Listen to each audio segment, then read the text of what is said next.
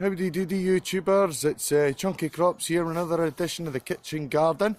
So sorry it's been so long folks, it's been a long winter and I've been really busy up the Hutton Institute. So I got an 8-week contract up there, that's the James Hutton Institute up in Invergowrie. And what they actually do up there is they mainly work on the research of potatoes, blackcurrants, blueberries, strawberries, and other soft fruits, and they also test things like tobaccos and that for different diseases and stuff like that. But my main job up there was actually to was in the potting shed. So what I did there was made soil mixes, put away all the pots, looked after all the greenhouses, all the glass houses there, because they got, oh god, I couldn't tell you how many glass houses, but they're absolutely huge. I mean, 4 in a row is a football pitch, easy. Like, I mean, these things are very advanced.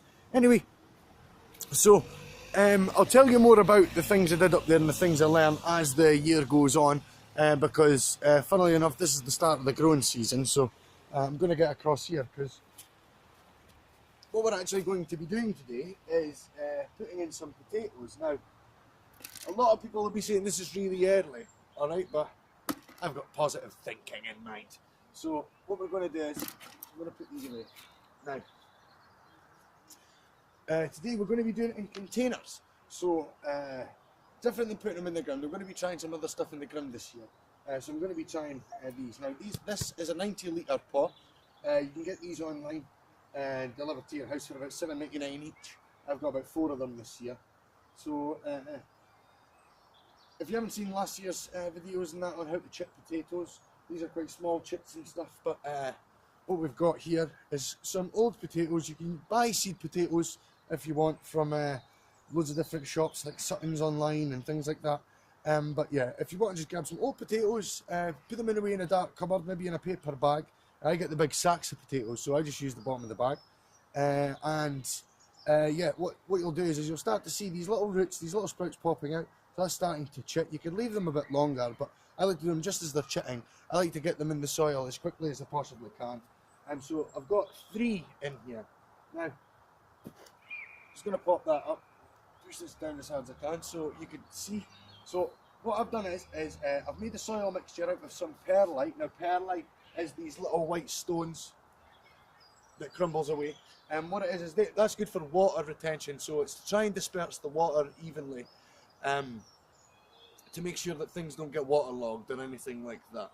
So we've got the 3 potatoes in here, and I've only, as you can see, I've only filled it up a third of the way.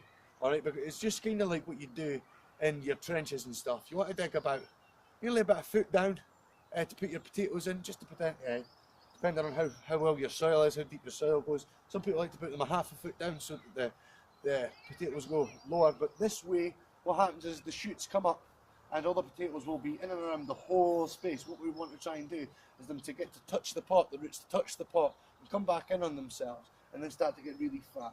So now that I've done that and I've put my 3 potatoes in, you want to try and make sure that your chips are facing up the way, alright? So that's them like that. And all I'm going to do now is I'm going to start filling up. This is just a mixture I made up with perlite, and I made my own compost mix instead of buying any.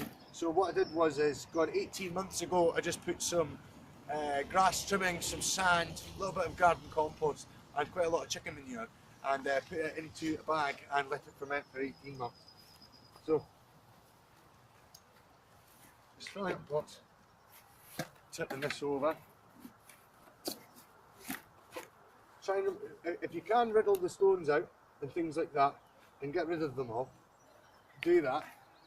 Sometimes you don't have the time or the money. Now, I'm not going to fill this all the way up to the top. I'm only going to fill it up about 2/3 of the way up. Alright, so another third worth of soil is going in here. Alright, you don't want to pat it down. You want it to be you don't want to pat it down. You want it to be fairly loose.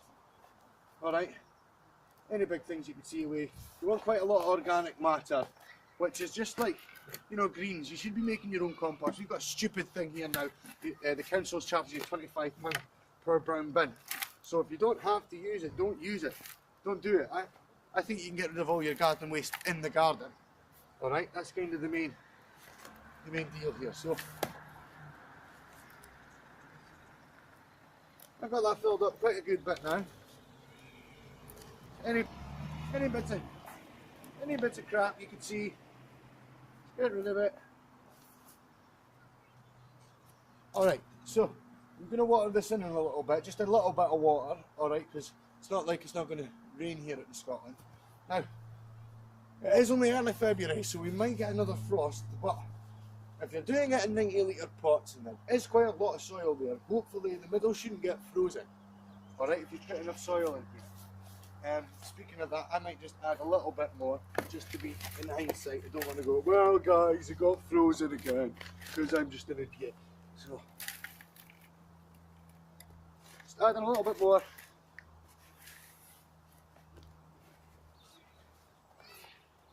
That's that. Like I said, the perlite, the white stuff, is just to help the water drain, because you don't want to get waterlogged, because then that's how the potatoes rot.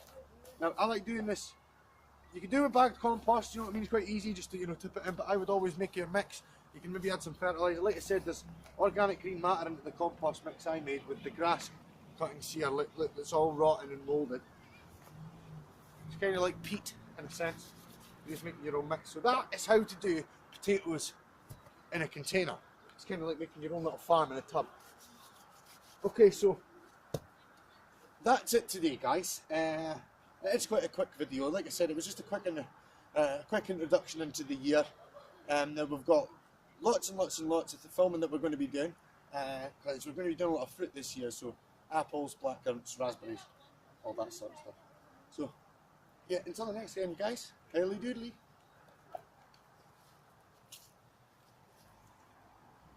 Yeah.